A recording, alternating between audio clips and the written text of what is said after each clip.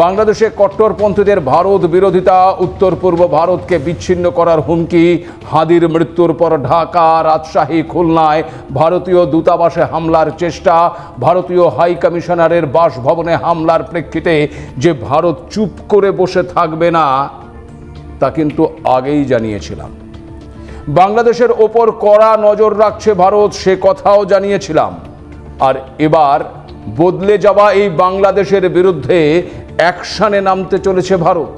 কারণ শুক্রবারই ভারতীয় সেনাবাহিনীর ইস্টার্ন কমান্ডের অফিসিয়াল হ্যান্ডেলের একটি সামাজিক পোস্টে বলা হয়েছে, ইস্টার্ন কমান্ডের army commander lieutenant general R C. Tiwari, general officer commanding lieutenant general Abhijit S.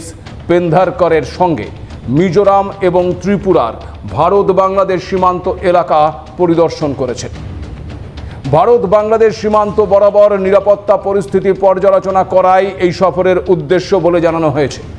সীমান্ত এলাকা পরিদর্শনের পাশাপাশি বাংলাদেশের পরিস্থিতি নিয়ে অসম রাইফেলসের অপারেটিং ঘাঁটিতে গুরুত্বপূর্ণ বৈঠক করেছে ভারতীয় সেনা। বিএসএফ, অসম রাইফেলস কর্তাদের সঙ্গে এই উচ্চ পর্যায়ের বৈঠক করেছেন ইস্টার্ন কমান্ডের army commander lieutenant general R C. Tiwari. সেই বৈঠকে স্পেশাল ফোর্সের আধিকারিকরাও উপস্থিত ছিলেন বলে জানা গেছে। অসম রাইফেলসের এই ঘাঁটিটি একেবারেই বাংলাদেশ সীমান্ত লাগোয়া।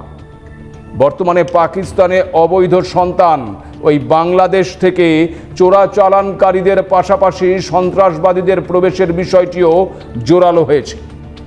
বাংলাদেশের সঙ্গে 4096.70 কিলোমিটার দীর্ঘ সীমান্ত রয়েছে এই ভারতের।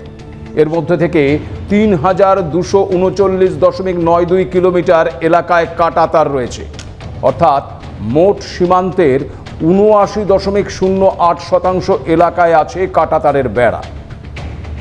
ভারত এবং বাংলাদেশের মধ্যে সম্পর্কের টানাপোড়েনের মধ্যেই সাম্প্রতিক সময়ে একাধিক জায়গায় বিএসএফকে কাঁটাতারের বেড়া দিতে বাধা দিয়েছে ওই বিজেপি।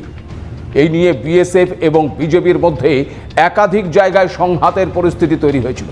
সে কারণে কোনো জায়গায় ফাঁক রাখতে চাইছে না কিন্তু এখন ভারত।